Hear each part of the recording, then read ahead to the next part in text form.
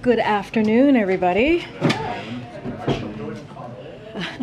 So we're going to go until 1:45. The in-town pool has to gather at that time, and then I'll go for another 15 minutes until 2, and then we're going to hear the president speak at 2 o'clock. So hopefully that's a good amount of time, and then we'll be back tomorrow and the next day. Okay, so we have seen a lot of momentum in the last 24 hours in our fight to restore Roe.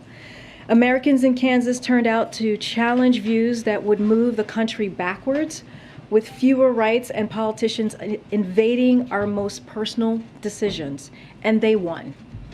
In the wake of Dobbs, the president predicted people would turn out in record numbers to reclaim rights stolen from them, and they did.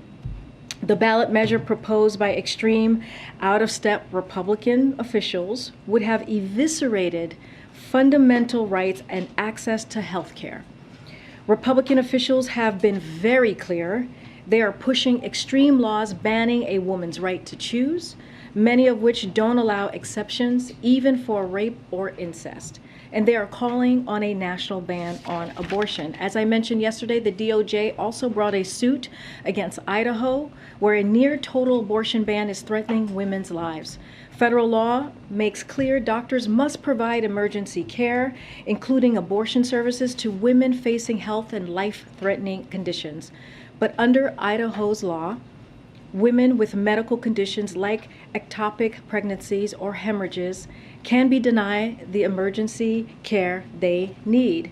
And today, President Biden will sign an executive order at the first meeting of the Interagency Task Force that builds on the actions we've already taken to protect access to safe abortions, contraception, and the ability to travel.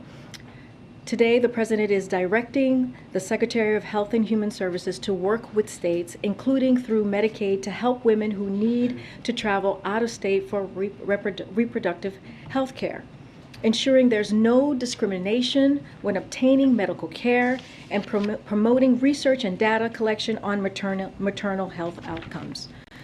There have been big steps forward in the fight to protect our rights, but it's not the end of the fight. What's at stake here is a choice between a national abortion ban, as Republicans have already called for, and more radical attacks on fundamental rights versus standing up for the rights Americans have been entitled to for almost 50 years. We're now seeing 50 days into what remains the fastest decline in gas prices in over a decade. Gas prices are now down 86 cents a gallon from their June peak, saving American families with 2 cars on average over $90 a month on gas. And drivers can now find gas for less than $3.99 a gallon at more than half of all gas stations across the country. Prices are coming down even as Putin's war continues to put pressure on global energy supplies. President Biden promised he would address Putin's price hike at the pump, and he is. He is releasing 1 million barrels of oil a day from the Strategic Petroleum Reserve. He is rallying international partners to release an unprecedented amount of oil. More work remains, but prices are going down, and the president will continue to call on domestic and international oil producers to increase output so they can continue to come down. Finally, lastly, today, former Treasury secretaries from both the Democratic and Republican administrations just became the latest in a wide range of economic experts to endorse the Inflation Reduction Act. These high-level officials from both parties reaffirmed that this package will cut many of families' biggest costs and act against inflation. They also became the latest in a long list of experts, as I've shared with you recently, who have debunked congressional Republicans' lies meant to protect tax welfare for wealthy special interests at any cost, even prolong inflation. Larry Summers, Tim Geithner, Jack Lew, Hank Paulson, and Bob Rubin joined over 120 leading economists, including Nobel Prize winners, CBO directors, who have analyzed the Inflation Reduction Act and agree it will lower cost, reduce inflation, address a range of critical and long-standing economic challenges. There are also 3 new polls out today from Morning Consult Politico, Yahoo News, YouGov, and Navigator Research that underscore the American public's overwhelming support for the major components of the bill, including lowering costs of prescription drugs, requiring large corporations and the wealthiest Americans to pay their fair share, and lowering health insurance premiums. Americans are weighing in with resounding support for the Inflation Reduction Act, and that's in contrast to Republican members of Congress who want to block this legislation to protect tax welfare for the wealthy and corporations. Not only that, but while congressional Democrats want to lower your prescription drug and health care costs, Republicans want to put Medicare and Social Security on the chopping block every year, like Ron Johnson repeated yesterday. The choice is clear, and we urge Congress to move forward with this package as soon as possible. Josh, the floor is yours. Wonderful. Thanks, Karine. 2 questions on 2 subjects. First, OPEC today. OPEC Plus is boosting oil production by a much slower pace in September than in previous months, at about 100,000 barrels a day. After President Biden's visit to Saudi Arabia, was this the potentially substantial increase that the administration was looking for? So I'll say this, the president has been very clear, Josh, that oil supply must meet oil demand. And the fact of the matter is, and I just laid this out in the top, which is 7 weeks ago, the price of barrel of oil was about $120, and now it's at around $95. Gas prices went from more than $5 to under $4 for a majority of the country. We've seen the fastest decline, as I just laid out, in gas prices in over a decade, and that's 50 days straight of decline. So what we're focused on is keeping those prices down. We wanted to see some increases in the production before we announced the trip, and we actually saw that in that first week of June when OPEC Plus announced that it was going to increase their production by 50% in July and August, so we saw that happen. But what we're focused on is the bottom line for us is that reducing the price of oil in the market is the most important thing, and that's what we're seeing, and that's what we're going to continue to work on.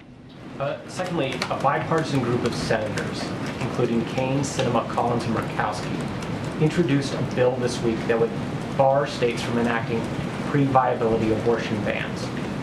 But they would allow some restrictions on abortions for pregnancies after viability. Does President Biden consider that a satisfactory standard? So we'll say this. I know that was introduced. The president has been very clear on this, is that the only way to secure a woman's right to choose is for Congress to take action, is to restore protections of Roe as federal law. That is how we're going to do this in a blanket way so that women's rights for reproductive health is really protected. He stands ready to work with Congress to pass a bill that does exactly that. And it's not just him. It's majority of the American people believe this. They believe that a woman's right to choose should be their right. So again, we're going to continue to work with Congress. I don't have anything specific to say about that particular legislation, but we have been very clear Congress needs to act in order to codify Roe. Thanks, Karine. A couple questions about Taiwan. First off, has the president spoken to Speaker Pelosi since she left Taiwan? So as you know, she's traveling, I believe, to Japan and South Korea. I can't remember which one is first. So she's on her travels. I don't have a call to read out to you at this time, but they have a relationship. They talk pretty regularly. Don't have anything, again, specifically to read out at this time. The G7 just expressed concerns about China's threatening behavior in the Taiwan Strait. Those are their words. Does this letter come with any consequences if China continues that behavior?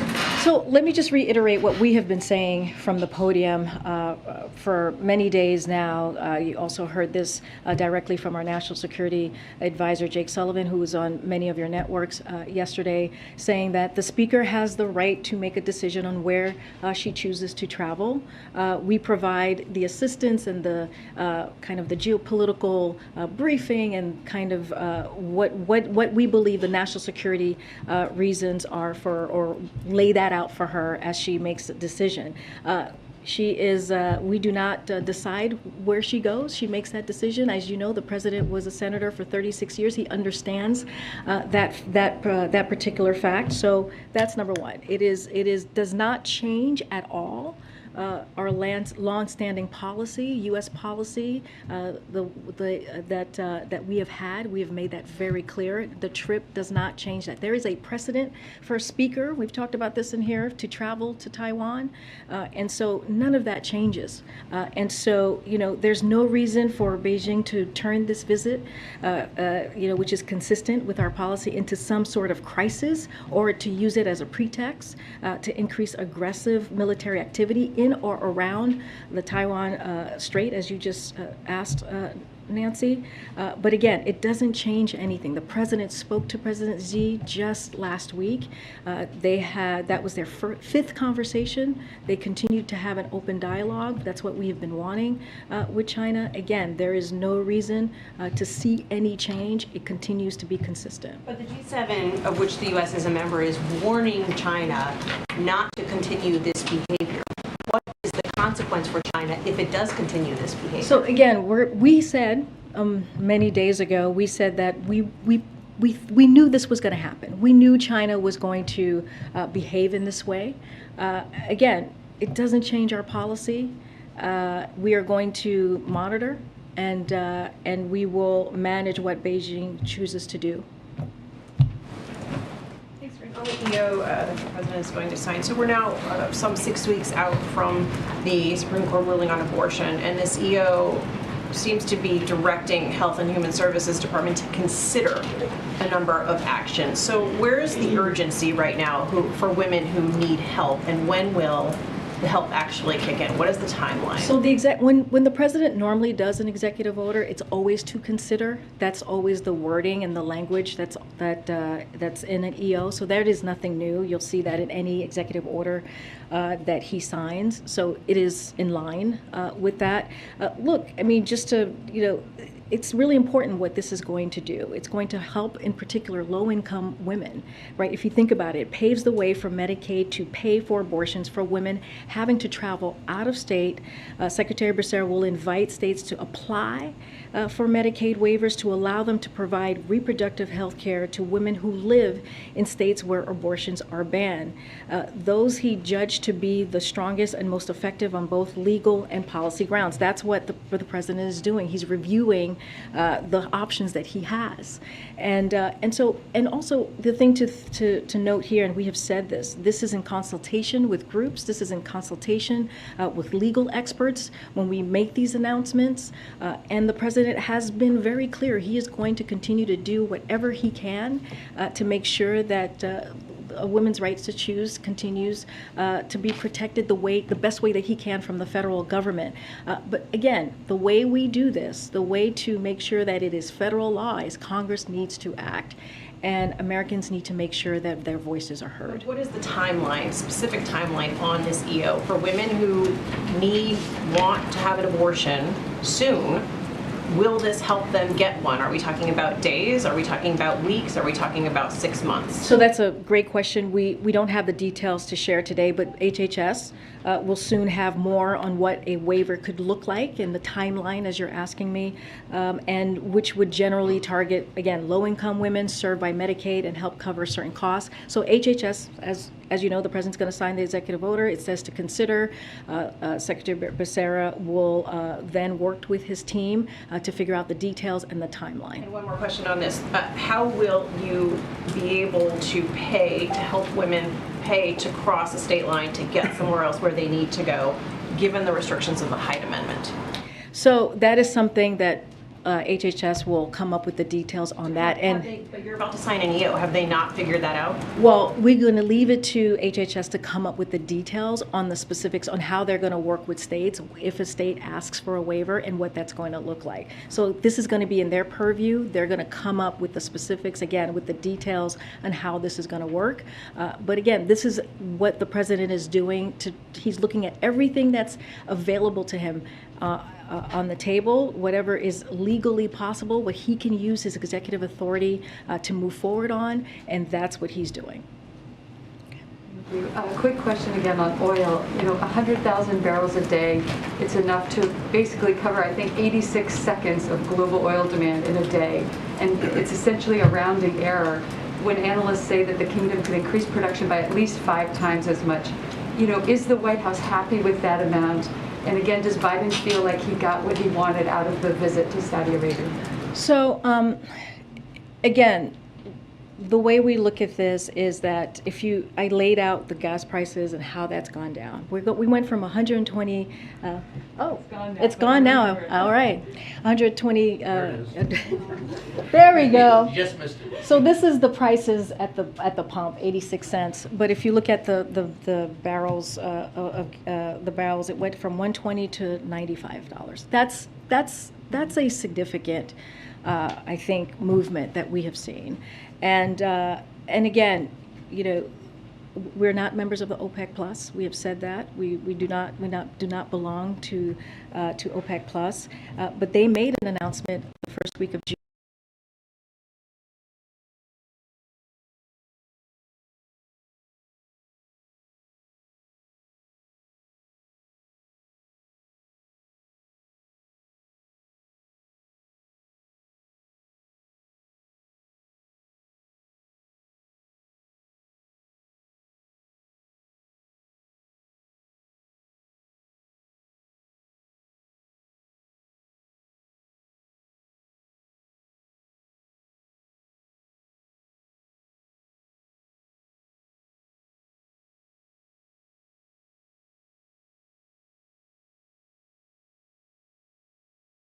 To be included, to be more so included in the Middle East region, which is also very important.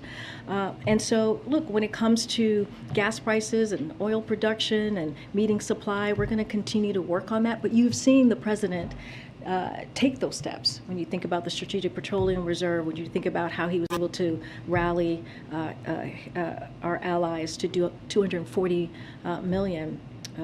So that is, we see that as incredibly important as we're doing the work for the president. And just quickly, Saudi Aramco also signed MOUs today with China Petroleum and Chemical Corporation to collaborate more, and with Sinopec to create a new manufacturing hub in Saudi Arabia.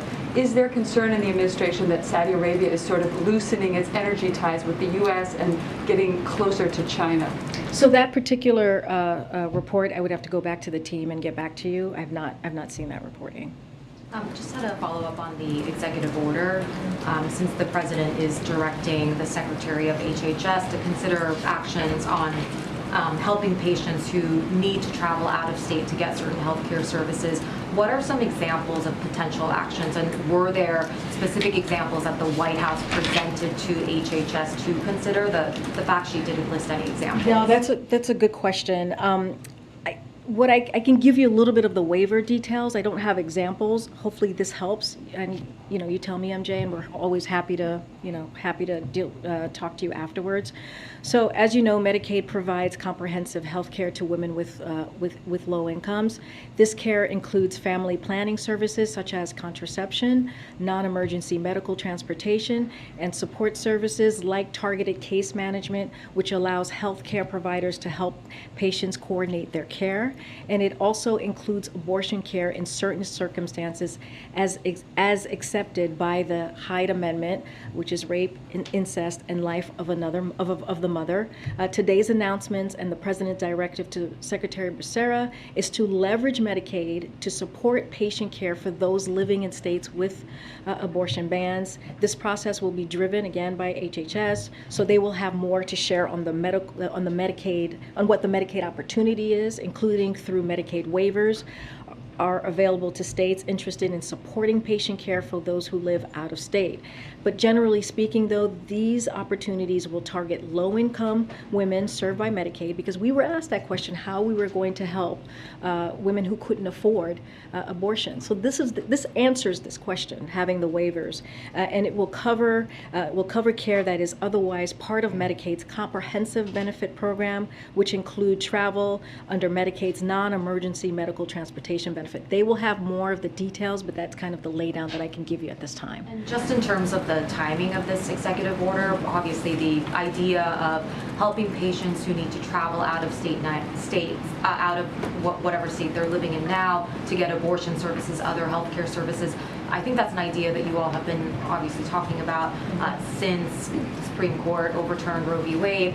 I guess why is this executive order coming out now and directing HHS to consider more actions? Presumably they would have been thinking about this already, right? Well, as you know, the last executive order that we signed, the president signed, was to create a task force. And that task force, one of the reasons it was created is so that it could be streamline our efforts here and our efforts across the agencies to come up with ideas of how to move forward and how to move the best way to really deal with this crisis that's in front of us, and also I think so. That's one part, right? The task force came together. They are putting forth ideas and ways to move forward. I think the other thing to think about is, the president has executive authority, but he also has to make sure he talks to the legal experts, right? He has to make sure that the ideas that we have or come up with can be done.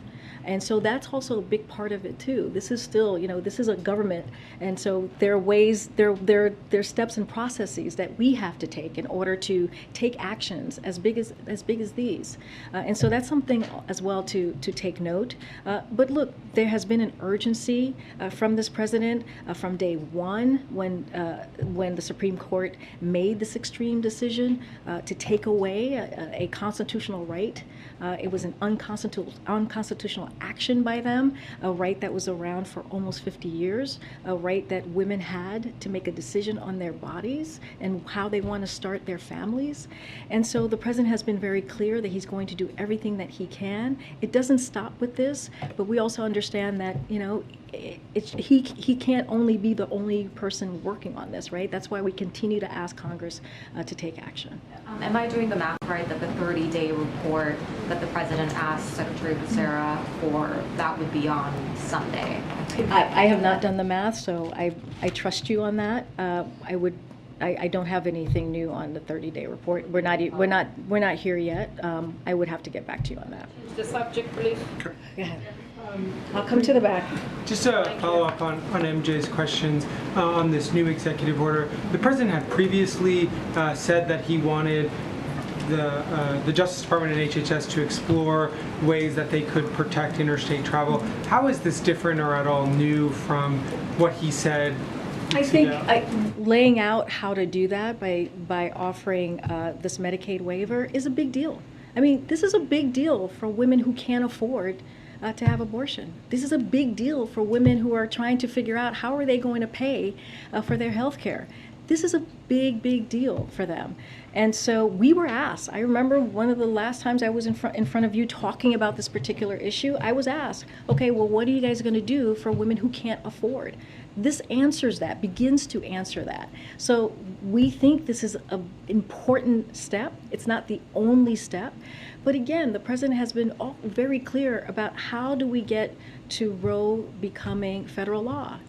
Americans have to make sure that their voices are heard. That's why I laid out or talked about what Kansas did last night. And will there be more details, for example, for women who are looking to utilize these services? How do they access, as you outlined, some of the things, transportation, those health services in other states? How is that going to work? All good questions. HHS will be clearly leading this effort, and we'll have more details to share. And then just one more quick one here. Has the president had any conversations with Senator Sinema as the Senate continues to negotiate over the Inflation Reduction Act, or any conversations that the White House is having with senators as they try to push this over the finish line? We're not going to negotiate from here, as we say many times, or in public, just in general, and I'm not going to speak to any other congressional members' conversations or what's happening in that is related to that. Okay. Yeah, a different subject, couple questions. There's text messages reported today from January 6th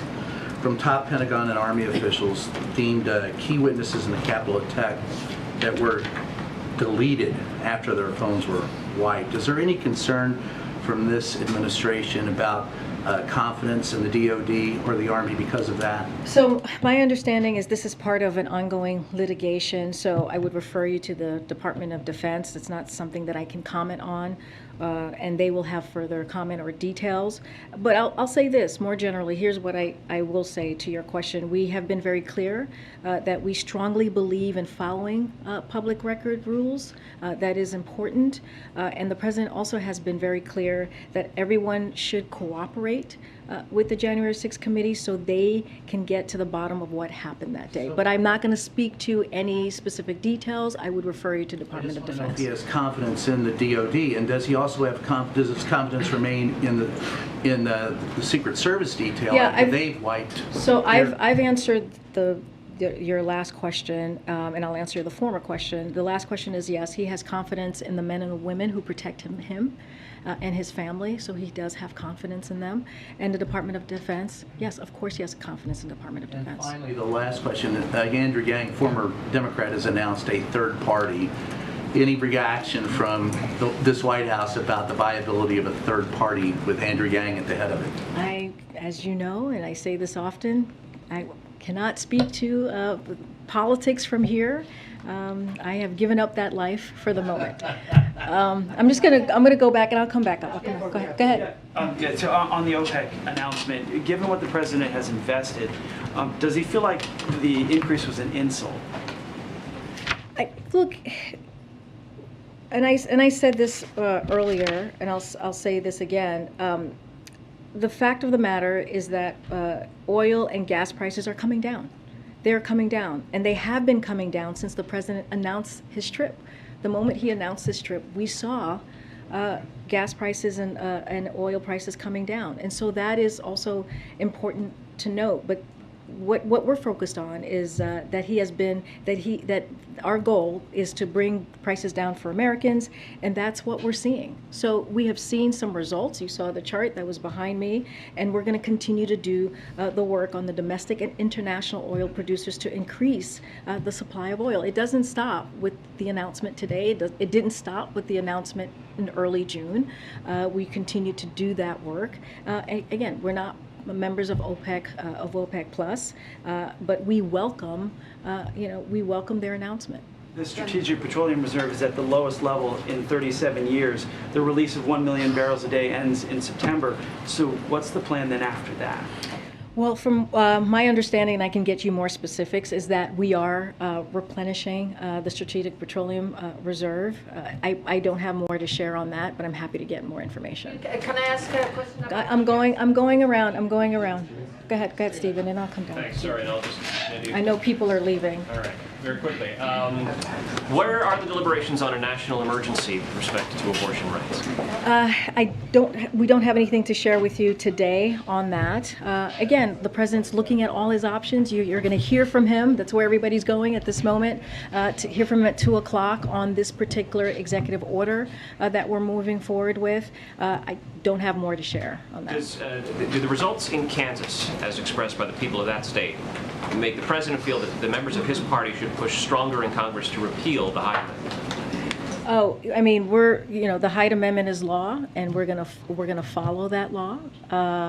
So not going to get into more than that. But I will say this about what we saw in Kansas. The president was very clear that in order to protect our rights or codify Roe, we need to make sure that our voices are heard.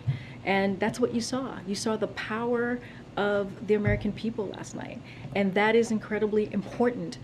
It was not expected, what we saw last night.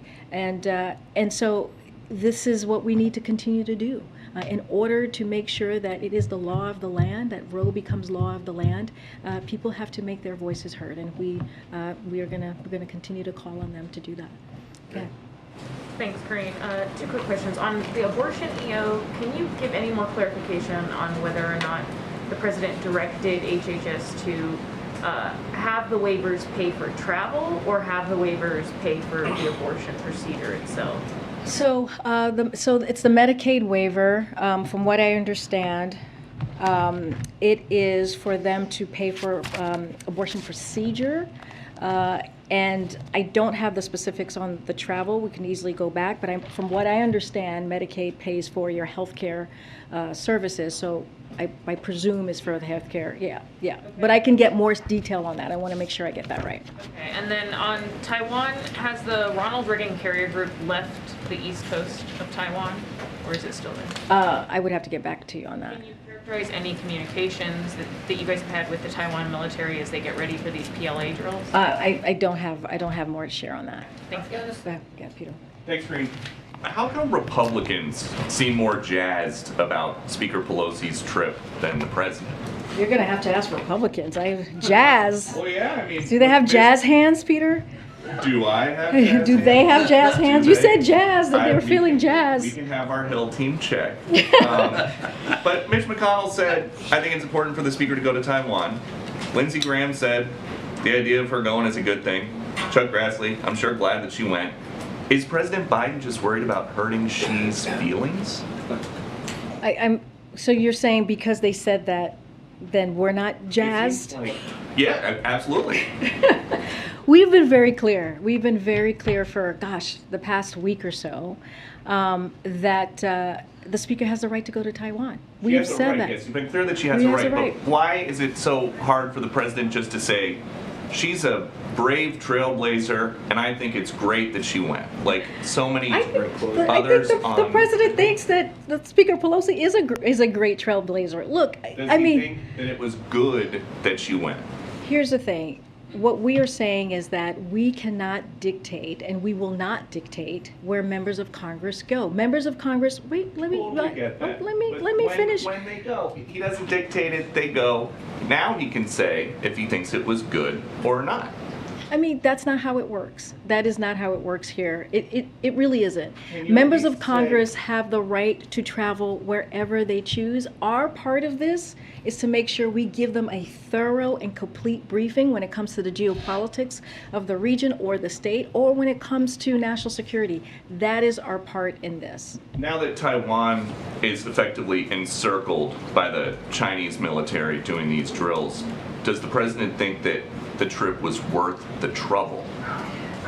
Look, I already said this, and I'll just repeat it to you. There's no reason for Beijing to turn this visit, which is consistent with longstanding U.S. policy, into some sort of crisis. There is no reason to do that. We have been very clear. There's no change in our One China policy, which is guided by the Taiwan Relations Act of 1979. That has not changed. And so, look, the United States will not seek and does not want a crisis here. But we are prepared to manage what Beijing chooses to do. And last one about that, there's a Chinese official who says the U.S. must pay the price for its own mistake, and we mean what we say. When the Chinese threaten the U.S., does the president take them seriously? Again, the United States will not seek and does not want a crisis. We are prepared to manage what Beijing chooses to do. Nothing has changed when it comes to our policies. This was a precedent. This was precedent for the speaker to travel to Taiwan. That is nothing new, and it changes absolutely nothing when it comes to our One China policy. I'm going to go to the back. Go ahead. I have a Taiwan question and also an Afghanistan question. Just following up Peter's question, with the PLA encircling Taiwan, does the White House have a counter strategy? Do you have plans to counter this? I'm not going to lay out or lay out any of our any of our intelligence or national security information from here. Cyber measures that Beijing has imposed on Taipei. I missed the first part. I said, how about the punitive economic and cyber measures that Beijing has imposed on Taipei? Is the U.S. prepared to help Taiwan there? Again, I'm not going to go further with what I just said. There is no reason for Beijing to use this trip, which is a precedented trip, as a pretext for a crisis. There's no change to our policy, as I've said, as many of my colleagues have said from here, and also on many of your networks and some of your publications. Nothing has changed here. And then on Afghanistan, given that the leader of the Haqqani network is, a wanted terrorist, does the U.S. plan to put him on a wanted list or target members of the Haqqani network in Afghanistan? Kirby got this question yesterday. I don't have anything more to add on the Haqqani network. Afghanistan, please. Did Peter, do you have something? Can I ask you, Karine? Families are telling us months later that they're still seeing limited or at least little to no improvement in their access to baby formula, and market research shows that shortages remain right now. So to those families, has the administration done enough to solve this problem? So as you know, this is a priority for us. We understand what families are going through, caregivers, moms and dads, grandparents, and we have done the work, and we'll continue to do the work to make sure that families have safe baby formula so that they can feed their kids. This continues to be a priority for us. This has not gone away, and we do understand that there's a lot more work to do, but we want families to know and understand this is an administration that cares about them, that cares about the safety of their children, and we're going to continue to do the work. So they recognize that the administration cares. It's a point that you guys have made before. What do you say to those families that when right now the shortage rate, according to data, is between the out-of-stock rate is something between 20 and 30%. So when will it be resolved? Look, we're doing the work every day. It doesn't stop. We're working with the agencies who are involved. That's why we were able to do the DPA. That was an important move that the president signed on to, so we can make sure that we get more production out there, on more baby formula on the shelves. We did the partnership with the Department of Defense to make sure we're able to do these fly-in baby formulas with relationships that we had abroad, and so that has helped. That actually brought up what we were seeing on the shelves. But we understand that there's more work to do, and we'll continue to do that work. We have laid out the steps that we have taken. We have made announcements after announcements. I'm happy to once I can get that to you, and we are happy to share where we are and how we have improved production. But we understand, we get that there's more work to do, and we're going to continue to do that work. All right, go ahead. Thanks, Karine. People in southeastern Kentucky are still digging out from the devastating floods they had last week. I know the president is isolating right now because he has COVID, but once that isolation is over, does he have any plans to go there and see this damage for himself? You know, I don't have any travel to announce of the president at this time. As you just said, he's still isolating. I do have an announcement to make, or something to share about an announcement that was made today. Department of Health and Human Services, Secretary Becerra declared a public health emergency for the Commonwealth of Kentucky, which gives the Centers for Medicare and Medicaid Services beneficiaries and their health care providers and suppliers greater flexibility in meeting emergency health needs. We are doing everything that we can with FEMA and other agencies across the administration to be helpful to the state of Kentucky. And again, I've said this before, but our hearts go out to the families who have lost loved ones and just lost so much in this period of time. But is a presidential trip there something that's even being considered? Is that something Well, the as you president know, wants to he do? went to Kentucky when I believe it was a tornado that happened, last year. And he visited Kentucky at that time. I remember traveling with him, and it was devastating aftermath of what happened to the state. We just don't have anything to share with you at this time. Okay. I'm going to try to go around here. Go ahead. The President is on his fourth full day of isolation from his rebound case. If he continues to test positive after he completes 5 full days, will he continue to isolate? I would have to check to see exactly what the CDC guidance is, but we are going to follow CDC guidance. One thing I do have to say is CDC recommendations for rebounds. There are no CDC recommendations as it relates to testing and as it relates to travel, but we have been following the 5-day of isolation. We added to our protocol, as we do here at the White House, because of the unique situation and the unique jobs that we all have here, and making sure that we keep everyone safe. We added the 2 negative tests in order for many of us to come back to work. As far as beyond that, I would just have to make sure I check with the CDC guidance, but we will continue to follow that. And like you said, the CDC doesn't call for people with COVID to test negative before on a rapid antigen test to end their isolation. considering it seems to have been helpful in President Biden's case, is that something that the White House would like the CDC to urge Americans to do, to factor in antigen testing, or for Americans to model his behavior? So we leave it, honestly, we leave it to the experts. That is for the experts, and they follow the science, which changes on this. This is COVID, as we know, a once in a generation pandemic. So we leave it to them to make that decision. Okay. Go ahead. As you know, the McKinney fire in Northern California has killed 4 people. I just want to know, has the administration been in touch with California officials, or what federal resources have been brought to bear there? Yeah, so we have been in touch with state and local officials in California.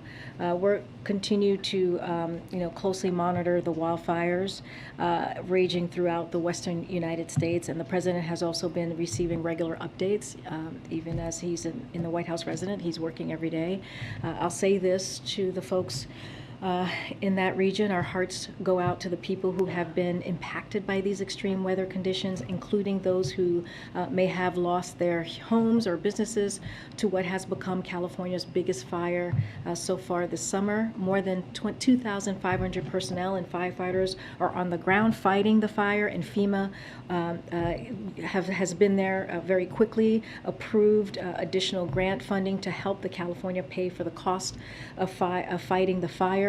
We also continue to take steps to make communities more resilient to extreme weather events like wildfires, including through the $2.3 billion in FEMA funds that President Biden announced last week to help communities increase resilience to heat waves, drought, wildfires, food, hurricanes, and other hazards. I'm going to go way to the back.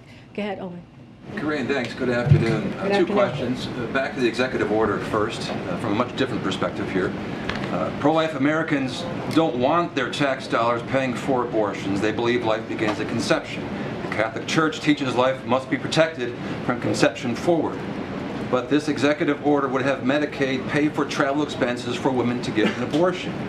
So my question, respectfully please, why does the president want to force pro-life Americans, including Catholics, of which he is one, to subsidize abortions? So I'll say this. So federal law makes clear doctors must provide women emergency medical care, including abortion services to stabilize women facing and life-threatening conditions. We are working to ensure that pregnant women whose life and lives are in serious jeopardy receive the care that they need. This is what it is. This is what we're trying to do. This is what the president has promised that he would do. But under that same federal law, there are exceptions for moral, to your point, Owen, or religious objections to provide particular medical services. So nothing in today's EO impacts those exceptions. So there are exceptions there. Then a quick follow-up. Catholic bishops say the administration is trying to force doctors and nurses to perform procedures that go against their religious beliefs, including gender transition surgery and abortion. Does the president believe in conscience rights and religious freedom for healthcare professionals? So I thought that's what you were asking me in your first question. It's basically the same as I just laid out, which is like federal law makes clear, right, that doctors must provide women emergency medical care, including abortion services, to stabilize facing health and life-threatening conditions. As I just stated, under the same law, there are exceptions for moral or religious objections to the question that you're asking me to provide particular medical services, and nothing in the EO impacts those exceptions, so there are exceptions there. And I thought that was the first question that you were asking. Okay, so let me just clear it up just one final time here. So on the Medicaid, going back to the first question, on the Medicaid, on the proposal to have Medicaid fund travel expenses for women seeking abortion, how would that not violate Hyde if it's using taxpayer dollars to pay for abortions? This EO does not, will not violate the Hyde Amendment. It is law, and we follow the law here. I have to go. It's 2 o'clock. Thanks, everybody. I'll see you tomorrow. Thanks, Karine. Thank you.